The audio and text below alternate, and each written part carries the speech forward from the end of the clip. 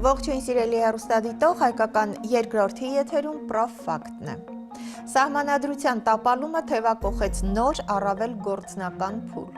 Եկեղեցու դեմ սանձազերծված արշավը եւ հայ առաքելական Սուրբ եկեղեցու հանդարտ ու հաստատուն գործելավոճը ստիպեցին իշխանություններին հանել դիմակները եւ դատական իշխանության լիակատար կախվածությունը դարձնել ակներև։ Մյուս կողմից հետևողականորեն ոչնչացվում են մեր հարաբերությունները բարեկամ ու դաշնակից երկրների հետ եւ Հայաստանին թողնում կիսաստորագրված մի թղթի հույսին։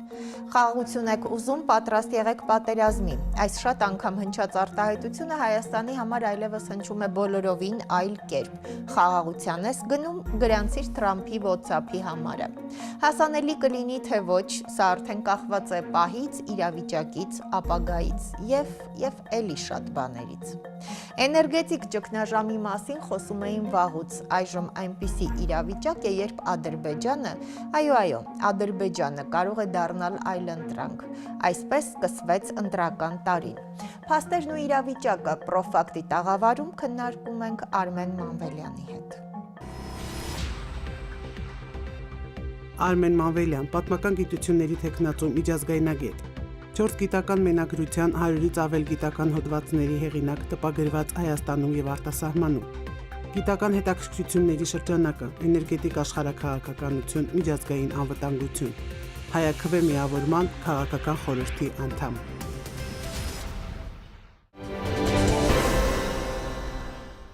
Բարի երեկո, պարոն Մանվելյան, շատ շնորհակալ եմ, որ ժամանակ գտաք, մեր տաղավարում եք։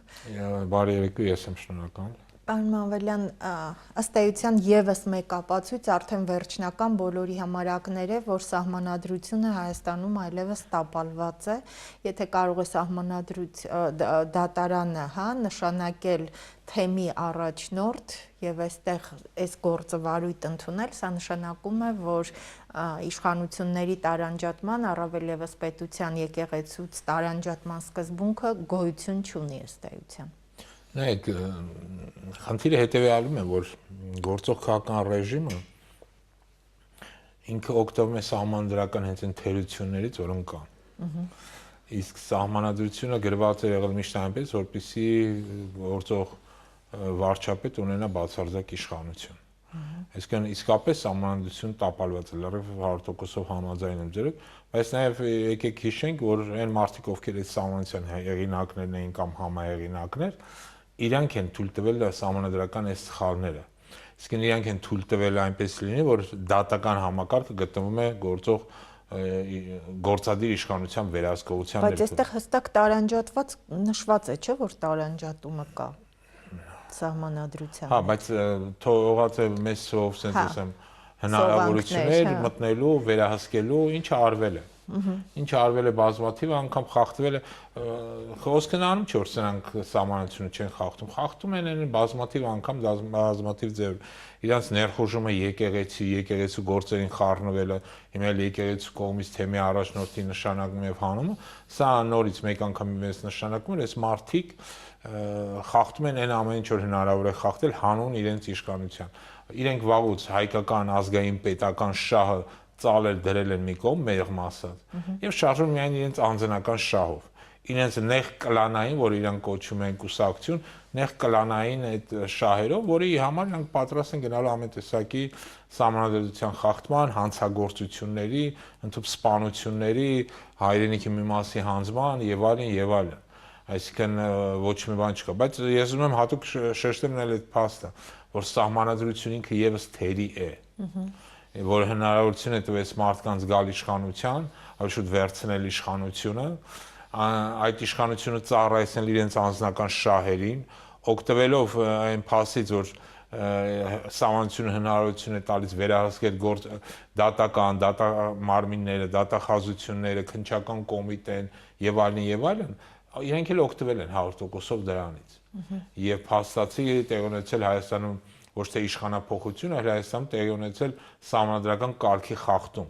ավելի շուտ սահմանադրական կարգի տապալում։ Այ մենք են ձեր հետ միասին սահմանադրական կարգի տապալման վկանենք։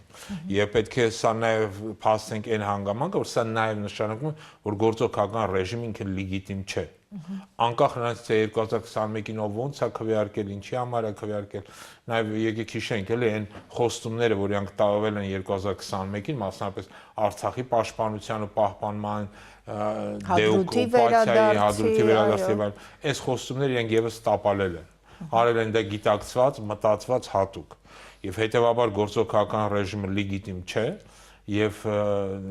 հենց այդպես է նրան պետք է վերաբերվել, որպես անօրինական քաղաքական ուժ, որին իր աջակցությունն է հայտնում, ասենք թե Թուրքիայի արտաքին գործերի նախարարը։ Սա էլ պատահական չէ, սա նշանակում է ոչ միայն լեգիտիմ չէ, իր հույսը միայն Թուրքիայից եկող պաշտպանությունն իր լեգիտիմության ճանաչումը ոչ թե ժողովրդի կողմից, այլ Թուրքիայի կողմից։ Իսկ դրանք թրքահաճո, թրքամետ քաղաքական ուժեր են։ Եթե լեգիտիմ չէ, այս արտահայտությունը անընդհատ դե ֆակտո վարչապետը հիմա օգտագործում է, նույնիսկ լրագրողների, այսպես թիրախավորված լրագրողների դեմ վերջին արշավի ժամանակ անընդհատ նշում էր, որ դուք խոսում եք լեգիտիմ ընտրված վարչապետի մասին, որին չի կարելի սահմանափակել կամ կոչ անել չայցելել որևէ կետ Հայաստանի Հանրապետության տարածքում։ Նայեք, լեգիտիմություն ինքը չի տրվում մեկ անգամ տեղ ունեցած քվեարկությամբ։ Լեգիտիմությունը տրվում է այդ քվեարկության, որտեղ այդ քվեարկությունը իրենք ստանում են նաև որոշակի խոստումներ տալու։ Եվ որ դու այդ խոստումները խախտում ես եւ խափում ես քեզ իսկ ընտրողներին, դու արդեն քո առաջին դելեգիտիմացման, ասենք ասեմ, գործընթացը սկսում ես, սա մեկ։ Երկրորդը սկսում է, երբ որ դու սկսում ես գործող քաղաքական համակարգերը քո ենթակայության տակ դնել, մասնապես դատախազություն, դատարան եւ ազգային անվտանգության ծառայություն, քննչական կոմիտե, այսինքն փորձում ես քո վերահսկողության տակ հաստատել այն մարմինները, որոնք, ասենց ասեմ, դե յուրե պետք է որ լինեն անկախ։ Սա արդեն դելեգիտիմության երկրորդ արարն է։ Երրորդը, երբ որ դու արդեն սկսում ես խառնվել այն կառույցների գործերի, որոնց հետ դու ընդհանրապես կապ չունես, մասնավորապես դա հայաստանյան առաքելական սուպ եկեղեցին է, որը սահմանությամբ ունի հատուկ կարգավիճակ, ինքը առանձին է եւ ենթակա չէ այս կառույցներից եւ ոչ մեկին։ Այսինքն այս մարդը միայն ապացուցում է դելեգիտիմացման իր գործընթացը։ Եվ պատահական չէ, որ իրանց ազգային ժողովի նախագահն էլ շնորհակալություն է հայտնում Թուրքիայի արտգործնախարարին, որտեվ իրենք փորձում են իրենց լեգիտիմությունը, ասենց ասեմ, կանոնակարգել Թուրքիայի արտգործնախարարի կողմից իրենց ստացած աջակցության միջոցով։ Այսինքն Հայաստանի ներսում այս կառույցը, որը կոչվում է իշխանություն, այլևս դելեգիտիմ է եւ ինքը իրավունք չունի այժորդի անունից հանդես գալու։ Բայց պարոն Մանվելյան, դրա հետ միասին վերջին օրերին էլ Արարատ Միրզոյանը նահանգներում էր, թրիփի հետ կապված արդեն ինչ որ ավելի տպավորություն է, որ առարկայական փուլ է մտնում այս չնախաստորագրված, ինչ որ չգիտեմ, չստորագրված այս խաղաղության փաստաթուղթն ու շրջափակումը, որը արդեն Ադրբեջանն ու Թուրքիան բացահայտ նշում են, ապա շրջափակումը իրենց բառերով, որը Ադրբեջանն ու Թուրքիան բացահայտ նշում են որպես Զանգեզուրի միջանցք, անկախ նրանից ինչ անուն կտրվի նույնիսկ միջազգային հարթակներում։ Նայեք, գործող ռեժիմի, ասենց ասեմ, լեգիտիմ չլինելու հանգամանքը նաև ապացուցում է հենց այդ փաստաթղթի ստորագրմամբ։ Իրենք փորձում են արտաքին ուժերի աջակցություն ստանալ ոչ միայն Թուրքիայի, այլ նաև ԱՄՆ-ի, եւ գնում են ստորագրում ունի խայտառակ փաստաթուղթ, որով Հայաստանի տարածքով անցնող ճանապարհը պետք է դառնա այլ երկրի կողմից վերահսկվող կոնսորցիումի, ասենց ասեմ, սեփականությունը փաստացի։ Կանու 74% նրանցն է եւ ընդամենը Հայաստանը 26%-ի ասենց ասեմ իշխանություն ունի տվյալ ճանապարհի վրա։ Սա նաև այսպես կոչված դելեգիտիմացման հաջորդ փուլն է Հայաստանի գաղութացումը։ Հայաստանը կամաց-կամաց վերածում է արտաքին խաղացողների համար գաղութի, երբ որ իրենք են որոշում, թե Հայաստանի տարածքով անցող ճանապարհի քանի տոկոսը կարող է պատկանել Հայաստանին, եւ քանի որ այս մարդիկ չունեն ներքին լեգիտիմություն եւ կարիք ունեն արտաքին աջակցության, միմիայն իրենց իշխանությունը պահելու եւ քանի որ նաև վաճառքի են դրել Հայաստանի պետական շահը եւ ազգային շահը, նրանք գնում են այն ճանապարհով, որ ցանկացած փաստաթուղթ, որով Հայաստանը կորցնում է իր իշխանությունը իր իսկ տարածքի վրա, իրենք պատրաստ են դրա տակ ստորագրել միայն թե իրենց իշխանությունը պահպանեն։ Այսինքն հստակ կերպով երևում է, որ իրենք հույս չունեն, որ իրենք երբևէ կարողանան Հայաստանի բնակչության աջակցությունը ստանալ։ Դա փորձում են արտաքին խոշոր խաղացողների հետ ասենց ասեմ լեզու գտնել, տանելով Հայաստանը գաղութացման եւ դնելով նրանց տակ։ Սա էլ ուզում հատուկ շեշտեմ, որ տվյալ փաստաթուղթը ինքը ստորագրված է, հիշում ենք, օգոստոսի 8-ին ստորագրված այդ փաստաթղթերի հիման վրա, որտեղ սև սպիտակի վրա գրած է, որ այդ կոնսորցիումը, որ իրանք ստեղծում են, դրա մեջ նաև մաս է կազմելու երրորդ կողմը։ Չի նշում ով է երրորդ կողմը, բայց հիմնական խաղացողը հենց լինելու է այդ երրորդ կողմը, որ ես համոզված եմ, որ խոսքը տվյալ դեպքում Թուրքիայի մասին է։ Այո, Թուրքիան գալու է եւ վերահսկելու է ճանապարհը։ Լոգիստիկ առումով էլ է։ Որպեսզի այն Հայաստանը որոշակի բունտ չառաջացնի, դա առաջին պլան են մղում Միացյալ Նահանգներին, ապա Միացյալ Նահանգները վերցնում իր վրա, ասենք ասեմ, աշխատանքի մի մասը, որտեղ նայ գլոբալ առումով, աշխարհաքաղաքական առումով Միացյալ Նահանգները առանձնապես մեծ հետաքրքրություն Հայաստանում չունի։ Բայց իր համար կարևոր է, որպեսզի այստեղ առաջ մղի իր հիմնական դաշնակցի Թուրքիայի շահերը։ Համար ինքն է գալի առաջին պլան իր դեմքով, բնակչության մոտ այն պատրանք եւ խապկանքն է ստեղծում, որ հեսա ամերիկացիներն ինչ-որ շահեր ունեցել, բայց հետո անհրաժեշտ պահին, իսկ այդ պահը երկար չի լինելու, իրենք այդ փայաբաժնի ամենամեծ մասը տալու են Թուրքիային եւ թուրքիական ընկերություններին։ Փաստացի օրինականացնելով Հայաստանի տարածքի օկուպացիան, իսկ Հայաստանի ամբողջ տարածքի նաեւ գաղութացումը թուրք-ադրբեջանական տանդեմի կողմից, սա է խնդիրը։ Եվ ինչպես Ալիևն էր մի անգամ ասել, իրենք Հայաստանը Երևանը վերցնելու են ոչ թե տանկերով, այլ մեքենաներով, եւ հենց այդ ճանապարհի վրա են այդ մեքենաներն հիմա գալիս են բեռնված տարբեր տեսակի բենզինով եւ այլն, որպեսզի կարողանան Հայաստանը վերջնական գաղութացնել։ Պարոն Մանվելյան, նաև էներգետիկա, այս ուղղությամբ դուք շատ մեծ փորձառություն ունեք, նաև ուսումնասիրությունների առումով, նեղ մասնագիտացումը ձեր, ըստ էության անընդհատ մենք ականատես ենք լինում հեղուկ գազի թանկացում, հեղուկ գազը չկա, այսինքն ինչ որ էներգետիկ ճգնաժամի բնորոշ երևույթներ։ Մի ժամանակ սա միայն Լարսի հետ էր կապվում, Լարսի ճանապարհի փակ լինելու, հիմա դա կարծես ըստ էության առանց ավելի խորը հիմքերի ու պատճառների է լինում։ Արդյոք այստեղ էլ էներգետիկ այս հարցում փորձում են մեր հույսը Ադրբեջանի վրա թողնել եւ արհեստական են սրանք, թե արդեն մենք իրականում խնդիրների առաջ ենք կանգնած, որովհետեւ հեծի, այսպես ասած, ազգային դառնալուց հետո մենք տեսնում ենք, որ այլևս 90-ականներին ենք հասնում։ Նայեք, մենք էներգետիկ թեմատիկան, ինքը էներգետիկ անվտանգությունը մեր ազգային անվտանգության գերկարևոր մասն է։ Այո։ Հիմա գործող քաղաքական ռեժիմը վերցրել է այդ համակարգը քանդելու, քայքայելու գործընթաց։ Մասնավորապես, ասենք թե իրանք նույն այդ հեծի ազգայնացմամբ փորձում են այդ համակարգը ըստ իրենց պատկերացում նախ այդ համակարգի փողերը դնել իրենց գրպանը, այդ բարձր պաշտոնների նշանակել իրենց մարդկանց, որոնք այդ գումարները պետք է ստանան, չհասկանալով նաև դրա հետևանքները ընդհանուր պետության համար։ Բայց նորից եմ կրկնում, վերադառնալու նախորդ խոսույթին, որ քանի որ իրենց համար ազգային պետական շահգոյություն չուներ անձնական միայն, ապա իրենք դա միայն դիտարկում են անձնական շահի տեսակետից, չհասկանալ, որ հեծը մի համակարգ է, որը եթե դու ներդրում չես անում, ինքը շատ արագ մաշվում է։ Եվ այս անջատումները, որոնք հիմա massայաբար դուք տեսնում եք, գնալով միայն ավելի են մեծանալու։ Ու այս համակարգը ու իրենք շարժում են այս տրամաբանությամբ եւ հենց այս տրամաբանությամբ են նաեւ թույլ տվել, որ Հայաստան մտնի ադրբեջանական այսպես կոչված էժան գազը, կներեք էժան բենզինը, որը իրականության մեջ, ասենց ասեմ, ընտրակաշարք է, որը տրվում է Ալիևի կողմից, որպեսզի ժողովուրդը գնա Նիկոլին ընտրի։ Այսինքն, որպեսզի դուք հասկանաք, էլի գործող քաղաքական ռեժիմի կախվածությունը Ադրբեջան, Բաքվից եւ Անկարայից։ Այսինքն ինքը հիմա ստիպված իր հույսը դրել է Ադրբեջանից բաժանվող, հայ բնակչությանը բաժանվող էժան բենզինի կամ էժան ընտրակաշարքի վրա։ Ու դա արվում է ընտրություններից առաջ, որպեսզի նպատակն է այն, որ ցույց տան իբր թե խաղաղություն են բերում, բայց Ադրբեջանի համար այս էժան բենզինը, որ ներկրում են, մի քանի նպատակ է տապնում։ Առաջին նախ դեմպինգային գներով ստիպել մյուս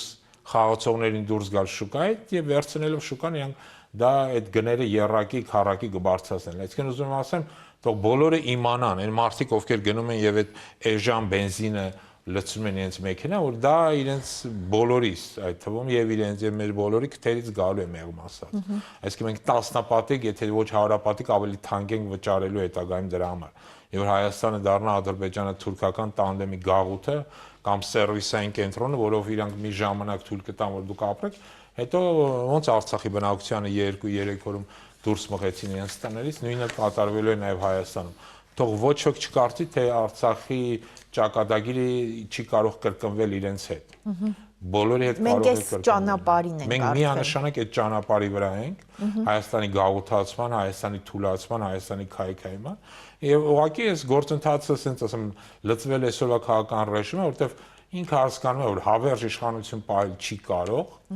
եւ ինչքան էլ կարող են պահել, փորձում են, չգիտեմ, փող աշխատեն, այս անեն, անեն, որից հետո արդեն կորոշեն, ով որտեղ կփախնի, ուր կգնա ու իրենց համար ցանկալի կլինի, որպեսզի դրանից հետո Հայաստանը չլինի, որ իրենց հետևից եկող չլինի։ Այո, իրենց, այսինքն այս արտահայտությունը այդպես տարբեր падգամավորների մասնավոր զրույցներից մամուլում հայտնվել էր, պարոն Մանվելյան, բայց սրա մեջ ճշմարտության մեծ չափաբաժին կա, ըստ էության մեղքերը եթե շատանում են, խնդիրներն ավելանում են, շատ մարդիկ են ներգրավվում, հա, այդ ավելի վտանգավոր սկանդալային իրադարձությունների մեջ, այս բոլորին ձեռնտու է, որպեսզի այն կառույցը, որը գոյություն ունի, ըստ էության այս դեպքում պետությունը չլինի, որպեսզի չկարողանան նաև իրենցից հաշիվ պահանջել։ Նայեք, սրանք շատ ճիշտ եք ասում, սրանք նաև մի եւս այս առումով մի միֆ են տարածում, որ իբրև եթե Ասվածչյանի իրենց ռեժիմը ընկնի, ապա բոլորի հետևից գալու են, բոլորին ձերբակալելու։ Դա բացարձակ կեղծիք եւ սուտ է, որովհետեւ իրականության մեջ այս ամեն ինչի պատասխանատուն մոտ 1 տասնյակից ավել մարդիկ են, բայց ոչ ավել։ Ու 20 հոգի։ Ու այդ մարդիկ իսկապես պետք է պատասխան տան սահմանադրության առաջ, օրենքի առաջ, այն խախտումների եւ անօրինականությունների համար, որ իրանք կատարել են, եւ այն պետական դավաճանության համար, որ իրանք իրականացրել են։ Հետևաբար իրենց փորձած այն վախը, որ իրանք տարածում են իրենց կողմնակիցների կամ իրենց աշխատակիցների միջև, որ բոլորը դե պատասխան եք տալու, դա բացարձակ սուտ է։ Պատասխան են տալու միայն որոշումներ ընդունողները, որոնք նորից եմ գրում մաքսիմում 20 հոգի մարդ են։ Հետևաբար այս մարդիկ թող մտածեն իրենց ճակատագրի մասին, որովհետև դատարանի առաջ բոլորը պետք է պատասխան տան։ Այլ կերպ հնարավոր չի լինելու։ Եվ այս դատարանի առաջ իրենց պատասխանատվությունը հենց կորոշել, թե իրենք ինչքանով են մեղավոր եղել այն ամենը, ինչ որ իրենք իրականացրել են։ Այսինքն այն հույսերը կամ այն տարածող լուրերը, որ իբր թե անօրինական ինչ որ հաշվեհարդարներ են լինել, որոնք իրենք եւս տարածում են, սա բացարձակ սուտ է։ Ես կարող եմ վստահ ասել, որ ընդդիմությունից ճնշող մեծամասնությամբ տրամադրված է սրանց օրենքով եւ օրինական ճանապարհներով բերելու պատասխանատվության դաշտ։ Սա շատ կարեւոր է։ Սա պետք է հասկանան բոլորը, ովքեր սա պետք է հասկանան բոլորը, որ իրենց կողմնակիցները։ Այո, եւ պետք է հասկանան բոլորը, որ մասսայական, ասենք ասեմ, փորձել անել, որ իրենց իսկ կատարած հանցանքների համար բոլորն են պատասխանատու բոլոր իրենց կողմնակիցները, դա կեղծիք է։ Պատասխանն են տալու հենց առաջին հերթին իրենք։ Շնորհակալ եմ, պարոն Մանվելյան, Հայաքվե նախաձեռնությունը որպես կանոն ամենամեծ դիտորդական նաև առաքելությունն է իրականացնում ընտրություններին փաստորեն ամիսներ են մնացել նախընտրական շրջանում, պարզ է դառնում, որ ոչ միայն падգամավորները, այլև նախարարները եւ հենց վարչապետը 1 միլիոն վարչապետներից հենց այդ մեկը ստացել է 18 միլիոն դրամ, Անահիտ Ավանեսյանը, ում հետ կապված մի քանի տարի առաջ մենք տեսանք սարսափելի տեսարանը, երբ որ զոհվածների մարմինները անփութորեն գցված էին մի սենյակում խոնավ, դրա համար ես չգիտեմ պատժի որևէ ձև կիրառվեց թե չէ, գոնե ֆինանսական, բայց հիմա նա 8 միլիոն, 9 միլիոն լավ չեն հիշում, քանի միլիոն այսպես։ Բացահայտ այս մասին խոսվում է։ Կարելի է ասել, որ իշխանություններն այլևս ժողովրդի քվեի կարիքը չունի ըստ էության իշխանություն ձևավորելու համար, այլապես այսպես բացահայտ կգնար ժողովրդին կարծես այսպես ավելի այս ողբերգությունը տեսանելի դարձնելու ճանապարհով։ Նայեք, իրենք նախ եւ առաջ փորձում են դա թաքցնել, դա անկախ իրենց կամքից այդ բացահայտումները եղան, սա էլ նկատենք, բայց նաեւ, հա, հիմա եկել է, ասենց ասեմ, մի իրավիճակ է ստեղծվել, որտեղ իրանք նախ վստահ են, որ իրանք կարիք չեն ունենալ այդ ժողովրդի քվեների, երևի հույս ունեն, որ կգնան զանգվածային ընտրախախտումների եւ ընտրակեղծիքների եւ մյուս կողմից էլ շատերն նաեւ շարժում են տրամաբանության, որ ինչ որ պահի ստիպված են ելնելու երևի երկից հեռանալ, որտեղ իրանք համարում են իրենք մտնել 20 պետական հանցագործների մեջ եւ կուտակում են գումարներ, որպեսզի երկից դուրս գան։ Կամ արդեն դրսի հաշիվներ ունեն, ես համոզված եմ։ Հնարավոր է այս տրամաբանության մեջ է, բայց թող ոչ ոք չկարծի, թե իրանք հենց են այս թեթև ձեռքով իշխանությունը կհանձնեն։ Իրենք իշխանությունը չեն հանձնելու, որովհետև այն ծրագրերը, որ իրանք դրել են երկրի թալանի սկզբունքով, այսինքն ինչքան հնարավոր շատ տանել է պետությունից, իրանք դեռ մինչև վերջ չեն իրականացրել, իրանք Թուրքիա եւ Ադրբեջանի առաջ ունեն տրված խոստումներ, որոնք իրենց ստիպում են, որ իրենք կատարեն, եւ այսինքն ընդդիմությունը sense ասեմ, պետք է շատ մեծ աշխատանք իրականացնել, որպեսզի Հայաստանում օրինական ճանապարհով տեղի ունենա իշխանափոխություն։ Սա շատ բարդ խնդիր է իրականության մեջ։ Բայց իրատեսական է հնարավոր է։ Ես համոզված եմ, որ դա իրատեսական է, եթե գրագետ աշխատանք իրականացվի։ Նայեք, քանի որ Հայաքվեի անունը տվեցիք, Հայաքվեն հիմա քանի որ գնում է, ասենց ասեմ, քաղաքականացման ճանապարհով, մենք նույնիսկ այս վերջերս ստեղծել ենք նաև քաղաքական խորհուրդ։ Եվ նաև շատ լավ հասկանում ենք, որ իշխանափոխության ճանապարհներից մեկը դա միավորումն է ընդդիմադիր ուժերի։ Եվ մենք ամիսներ առաջ կոչ արեցինք, որ սկսում ենք քաղաքական կոնսուլտացիաների շրջանը, որպեսզի արդյունքում ստեղծենք մեծ ընդդիմադիր կոալիցիա արտախորհրդարանական ուժերի հետ։ Այո։ Սա ուզում եմ հատուկ շեշտել։ Եվ Հայաքվեն հենց այդ ճանապարհի վրա է մենք հիմա այդ բանակցային գործընթացում ունենք որոշակի տեղաշարժ, եւ համոզված եմ, որ առաջիկա մի քանի շաբաթը նաև դրա մասին կհայտարարենք, բայց սա ճանապարհներից մեկն է։ Պետք է ստեղծել 3-4 խոշոր քաղաքական ընդդիմադիր կոալիցիաներ կամ առանձին ուժեր, որոնք կարողանան իրենց վրա գեներացնել ընդդիմադիր հատվածի, ասենց ասեմ, ձայները, որտեղ նայեք, ընդդիմադիր հատված ինքը միանշանակ կամ միաձև չի, միասեռ չի։ Իրանք տարբեր հետաքրքրություններ ունեն, տարբեր շահեր ունեն, տարբեր մոտեցումներ ունեն։ Կա իհարկե մի գաղափար, որ իրենք գործող քաղաքական ռեժիմին դեմ են, բայց նաև իրենք փորձում են քաղաքական դաշտում փնտրել են քաղաքական ուժերին, որոնց արտահայտում են հենց կարծիք։ Օրինակ երիտասարդությունը շատ ավելի ընդդիմադիր է, քան տարիքով մարդիկ, բայց երիտասարդությանը պետք է որոշակի քաղաքական եւ նաեւ սոցիալական, քաղաքացիական առաջարկ արվի։ Ով է անելու, ում է իրանք կհավատան, որպեսզի գան ընտրատեղամասեր։ Սա շատ բարդ եւ երկարատև ու կարեւոր աշխատանք է, որ պետք է տարվի։ Իսկ ինչքանով է ես ներողություն եմ խնդրում, կարևոր այ դուք նշեցիք եւ Հայաքվեն հենց սկզբից սրա մասին խոսել էր, ավելի խոշոր, հա, մի քանի խոշոր, չգիտեմ, դաշինքներ կամ այդպես, այսինքն ընդդիմությունը, ինչքանով է կարևոր այդ առանձին փոքր ձայներ փոշիացնող ըստ էության այսպիսի մասնակցությունը բացառելը, պարոն։ Նայեք, անկեղծ եմ, բացառել դա չեն կարող, որտեղ ամեն մի փոքր ուժ կարծում որ ինքը շատ մեծ է եւ փորձում են անպայման մասնակցել, բայց պետք է ընտրողը հասկանա, որ եթե ինքը չի ցանկանում որ իր ձայնը փոշիանա, ապա ինքը պետք է գնա այն քաղաքական կոալիցիաների կամ այն խոշոր ուժերի հետևից, որոնք կան, որոնք իրականում համոզված են, որ ինչ որ պահի կմիավորվեն կամ մինչև ընտրություններ կամ ընտրություններից հետո, որպեսզի Հայաստանում օրինական ճանապարհով տեղի ունենա իշխանափոխություն։ Եվ նոր քաղաքական կոալիցիա ստեղծվի։ Այդ նոր քաղաքական կոալիցիա ստեղծելը շատ կարևոր է։ Եվ թող Հայաստանի բնակչության ես ուղղակի կոչ եմ անում, որ մենք ունենք մի քաղաքական տրադիցիա, որը որոշակիորեն աշխատում է, որ Հայաստանում ոչ ոք չի կարողացել երրորդ անգամ նստել իշխանության։ Ոչ Լևոն Տեր-Պետրոսյանը, ոչ Ռոբերտ Քոչարյանը, ոչ Սերժ Սարգսյանը չպետք է թույլ տան նաև այսօրվա այսպես կոչված վարչապետին երրորդ անգամ փորձի զավթել իշխանություն, ուղղակի չպետք է դա թույլ տրվի։ Իզա չպետք է թույլ տրվի, եթե ստեղծվեն նորից մի քանի խոշոր կոալիցիաներ, եթե մարդիկ գան ընտրությունների պարտադիր կերպով բոլորը։ Իսկ սա համար մեկ պայմանն է մասնակցել ընտրությունների։ Շատ մարդ կա եւ լինի բավականին լայն ու բազմազան առաջարկ եւ իրանք ընտրեն այն քաղաքական ուժին, որին իրանք կպաշտպանեն, նաեւ շատ լավ հասկանալով, որ քաղաքական ուժերն են, որոնք հաղթահարում են այսպես անցողիկ շեմերը եւ կարող են իսկապես իրավիճակ փոխել երկրում։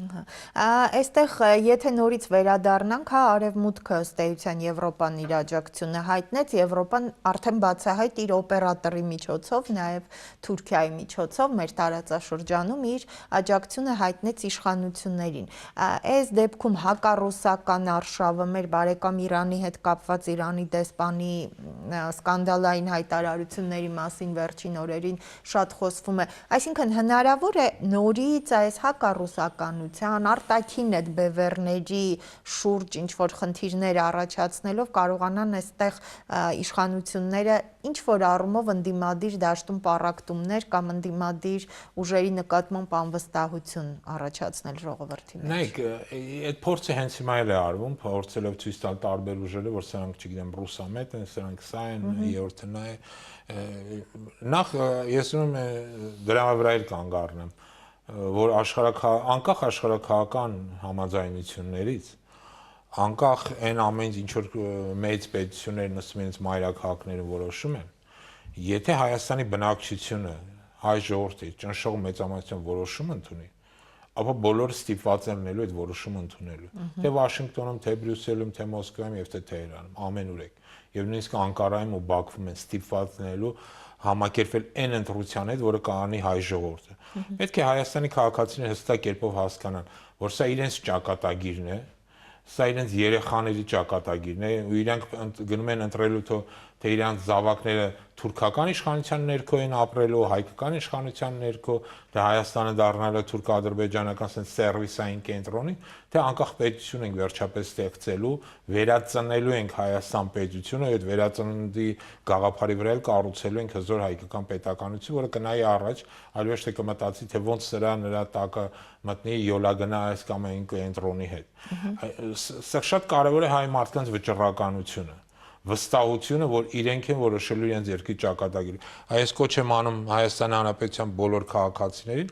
հստակ կերպով հասկանալ, որ իրենց երկրի ճակատագիրը, իրենց զավակների, իրենց երեխաների ապագան կապված է միայն իրենց հետ, որի հիմքում է այնպես անել, որպեսզի Թուրքիան եւ Ադրբեջանը այլևս չունենան իշխանություն Հայաստանում, այլևս չկարողանան Բաքվից ու Անկարայից թելադրել, թե Հայաստանի, չգիտեմ, որ եկեղեցում ինչ պատարակ պետք է տեղի ունենա եւ կամ չսկսեն թե վաղ միսօրը թելադրել, թե Հայաստանի որ տարածքում ինչ մզկիթ պետք է կառուցվի։ Իսկ եկեք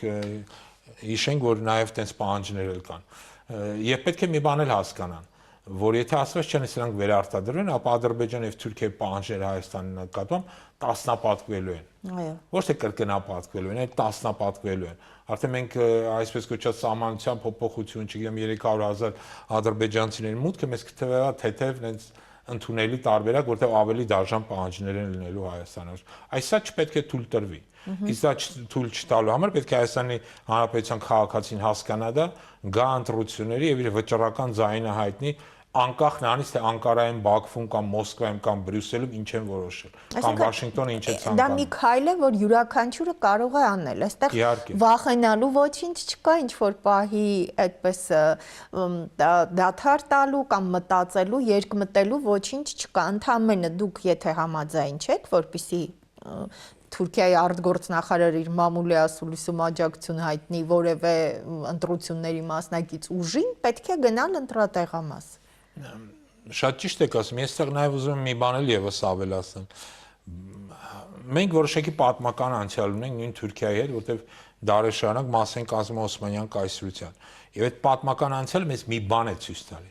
Ամեն անգամ, երբ որ թուրքական կողմը սկսում է գովել հայերին, ապա դա նախորդում է հայկական ցեղասպանությանը։ Հենց որ սկսում են ասել, որ գիտեք, այս հարցում հայերը ճիշտ են, այս հարցում լավ են անում եւ այլն, սա նշանակում է, որ հաջորդիվ լինելու է նաեւ հայոց ցեղասպանություն, հայերի մասսայաբար կոտորած կամ ներխուժում Հայաստանի տարած, որտեվ դրա համար ստեղծել են բոլոր պայմանները։ Ու սա միշտ աշխատել է, դա համար որ Թուրքիայի արտգործնախարարը Հայաստանի աջակցման խոսքեր ասում, այսինքն ինքը Հայաստանին չի աջակցում, ինքը գործող քաղաքական ռեժիմին եւ նա պարագլխին է աջակցում։ Սա նշանակում է, որ Հայաստանի վերջնական կործանման կամ Հայաստանի նկատմամբ վերջնական վերահսկողության հաստատման մեխանիզմները արդեն դրված են գործի։ Եվ սա պետք է կանխել, եւ կանխել կարելի է ընտրությունների միջոցով։ դուք մտածում եք, որ ընտրությունների միջոցով հնարավոր է կանխել բանը։ Ես համոզված եմ դրան, որ դա հնարավոր է, որտեղ նորից եմ կրկնում, եթե մենք ցանկանում ենք մեր պետականությունը պահպանել, շատ կարևոր է, որպեսզի մենք հենց այդ պետական ճանապարհով գնանք սահմանադրական օրենքների միջոցով գնանք այդ իշխանափոխության։ Ես նաև ուզում եմ հիշեցնել, դուք ասացիք, որ հայաքին նաև դիտորդական առաքելություն է անում։ Մեր համար հստակ է մի բան, եթե սրան գնալու են ընտրակեղծարարություն, իսկ իրան գնալու են, ապա այդ ընտրակեղծարարությունը ընտրատեղամասերում չի լինելու։ Դա լինելու մինչև ընտրատեղամաս գալը։ Եվ իրանք փորձեն մարդկանց կաշառել, մարդկանց ահաբեկել, ստիպել, որ պետական աշխատողները հենց ընտանիքի անդամներով, բարեկամներով, հարևաններով ձեռ-ձեռի բռնած, ինչպես մենք իդեպ տեսանք Էջմիածում, գնալ եւ ընտրել այս կամ այն մարդուն, ինչ որ կեղծ խոստումներ տալ, տարիքով մարդկանց արդեն թոշակառուներին խաբելով բերել, իդեպ ես ուզում եմ հատուկ շեշտեմ, խոսքը այն թոշակառուների մասին, որոնց թոշակները բարձրացել են, կտրուկ կերպով հրաժարվում են։ Բայց դեմ չեն 3 միլիարդ դրամ բաժանել իրենք եւ իրենց կողմնակիցների միջև եւ իրենք պարգևավճարներ տան։ Իդեպ վերջերս նաև իհայտ եկավ այն տեղեկատվությունը, որ երկրի վարչապետը եւ նրա տեղակալները մամուլի որոշ լրատվամիջոցները ամեն տարի մոտավորապես լրացիչ 700-800 հազար $-ի տարբեր սենց ասեմ բոնուսներ են ստացել եւ դրամական միջոցներ, բացի իրենց աշխատավարձից։ Այսինքն եթե այդ թոշակառուն ինքը պետք է հասկանա, որ իրանց օղակի օգտագործում են։ Ու ես լինելով Էջմիածում նաև հետևելով այդ ընտրություններին որպես դիտորդ, սարսափով է տեսնում ոնց են այդ տարիքով մարդկանց ձեռներից բռնած բերում, որպեսզի նրանք գնան գործող քաղաքական ռեժիմին աջակցեն։ Այդ տարիքով մարդիկ, որ մեր կողմից շատ հարգված են, մեր մեծերն են, պետք է հասկանան, որ իրենց ուղղակի օգտագործում են, իրենց թոշակները դրանց հետո ընդհանրապես կարող են նույնիսկ կտրնել, ես չեմ զարմանա, եւ թույլ չտան, որպեսզի իրենց օգտագործեն, այլ պաշտպանեն այն ուժերին, որոնք հստակ կերպով ասում են, որ թոշակները բարձրացնել դա ոչ թե խոստում է, այլ դա պարտադիր պահանջ է։ Որոնք որ ըստ էության սա էլ է տեսակի հետ կապված, հա, եթե մենք մեր հիշողությունը ջնջում ենք պատմական, եթե մեր հայրենիքի, մեր արմատից եկող հիշողությունն են ուզում ջնջել, ինչպես պիտի հիշեն մեր նախնիներին, այսինքն նույն տատիկները, պապիկները, չէ՞, ի վերջո, այսինքն այս կապը ջնջող մարդը ինչպես կարող է հարգանք ունենալ ու մտածել թոշակառուների այսօրվա ավելի բարեկեցիկ լինելու մասին։ Նայեք, շատ կարևոր հարց բարձրացեցիք այդ հիշողության ջնջելու փորձի մասին։ Ցանկացած ազգ ինքը միավորվում է որոշակի հիշողության շուրջ, որոշակի ազգային սիմվոլների, հերոսների եւ գաղափարների շուրջ։ Ու դրանք ասենք թե դարեր շարունակ մեր համար եղել է օրինակի համար դա հիշողությունն է ցեղասպանության։ Ինչի համար է դա կարևոր։ Չէ՞, դա ծանր հիշողություն է, սակայն դա շատ կարևոր է, որպեսզի մենք հասկանանք թող է մեր թշնամին եւ ում դուռը չի կարելի գնալ։ Որտեւ քեզ հերթական անգամ ցեղասպանության կենթարկեն։ Ու քանի որ այս մարդիկ արդեն գնացել են այդ դուռը եւ իրենց միակ հույսը թուրքն է, ապա իրանք փորձում են այդ ցեղասպանության հիշողությունը ջնջեն, դրա համար էլ Ցիցեռնակաբերդի ու Շահամալիրը դրել են իբր թե վերանորոգման եւ մինչեւ ոչ մի քայլ չեն արել այդ ուղղությամբ։ Սա մեկ։ Երկրորդը կան սիմվոլներ, ոնց որ նշեցի։ Սրանցից ամենակարևորը դա Արցախյան հաղթանակներ մեր համար, հայկական բանակներ, հայաստանյան ծառայելական սուրբ եկեղեցիներ։ Հիմա իրենք դրանց սկզբունքորեն 3 կարևորագույն հիմնասյուները, ասենք ասենք հայ ժողովրդի սիմվոլիկայի ոչնչացնել։ Արցախը արդեն իրենք նվիրաբերել են Թուրքին, որի համար պատասխանատվություն չեն կրել ընդհանրապես։ Բանակը քանդում քայքայում են եւ դրան լծվել են ամբողջ ուժով։ Եվ հիմա արդեն անցել են եկեղեցուն։ Պարակտել, քանդել, ոչնչացնել եկեղեցին, դա Թուրքիայի եւ Ադրբեջանի պահանջն է, ես ուզում սա հատուկ շեշտեմ, որ սա իրենց պահանջն է, իրենց պահանջով է գործող ռեժիմը, հիշենք էլի, երբ սկսեց այս ամենը, մայիսին, երբ որ Ոմն Փաշազադե, չէ՞, Ոմն Փաշազադե Բաքվից հայտարարեց, որ հայաստանյան ծառայելական սուրբ եկեղեցին իրենից վտանգ է ներկայացնում։ Դա հայտարարեց այն բանից հետո, երբ որ ամենայն հայոց կաթողիկոսը հայտարարեց, որ պետք է Արցախի հայության իրավունքների մասին խոսեց։ Շվեյցարիայում։ Դրանից հետո սկսեց այս արշավը քանդելու, քայքայելու, ոչնչացնելու համար եկեղեցի։ Բայց նաև ուզում եմ հիշեցնել, որ հայաստանյան ծառայելական սուրբ եկեղեցու ոչնչացմանը լծված են եղել եւ բոլշևիկները, եւ ցարական Ռուսաստանը, եւ Օսմանյան կայսրությունը, Եվ տարբեր դարեր, տարբեր մարդիկ, տարբեր Բյուզանդիանը դրան լծված եղել ժամանակին եւ այլն եւ այլն։ Բայց ոչ մեկի մոտ է ոչինչ չի ստացվել։ Սրանց մոտ է չի ստացվել։ Շնորհակալ եմ շատ բան։ Ես եմ շնորհակալ հրավերին։ Սիրելի հեռուստադիտող, հայկական երկրորդի եթերում պրոֆակտն է։ Մենք ամենօրյա ռեժիմով տեսնում ենք ամենատարբեր, թվում է, որ այլևս չկան հատելու կարմիր գծեր, որ նոր հորիզոններ այս իշխանությունների արված, ապա, չգիտեմ, ոչ լեգիտիմ, ինչպես պարոն Մանվելյանը նշեց, այլևս իշխանությունների իրենց խոստումների ոտնահարման, իրենց յուրաքանչյուր հաջորդ քայլով նախորդը հերքել այլևս տեղ չկա, բայց ամեն օր նոր հորիզոններ իրականում բացահայտվում են։ Ամենադժվար բանը ու ամենակարևորը, որպեսզի միշտ հասկանանք, որ ինչ-որ բան մեզնից կախված է, արտահայտությունը Միքայել Սրբազանի, որը միշտ ասում ենք, վախից այն կողմ ազատություն է, երևի ամենակարևորն է, նաև ընտրությունների գնալու առումով կարելի է մասնակցել եւ դրանով հայտնել քո համաձայնությունը, որպեսզի հայը մնա հայ, որպեսզի այս պետությունը մնա հայկական, որպեսզի ձեր տանը յուրաքանչյուրիս տանը շարունակենք խոսել հայերեն, որովհետև մենք շատ վաղ անցյալում չի ու նույնիսկ գրականությունից ու ֆիլմերից հիշում ենք այդ պատկերները, գաղտնի մկրտության արարողությունները եւ այսպիսի բաները մեզ թվում էին հեռավոր անցյալից ինչ-որ պատառիկներ, պետք է կարողանալ հասկանալ, որ եթե ապագան ճիշտ չընտրենք, սա կլինի մեր մոտակա ապագայից որոշակի կադրեր։ Ընտրությունների այս պահից սկսած նախընտրական արդեն մենք տարում թևակողումը ամենակարևոր բանը իսկապես մասնակցությունն է, որովհետև միայն այս կերպ կարելի է ինչ-որ բան փոխել ու հաստատ կարելի է։ Շնորհակալ եմ, որ հետևում եք մեզ։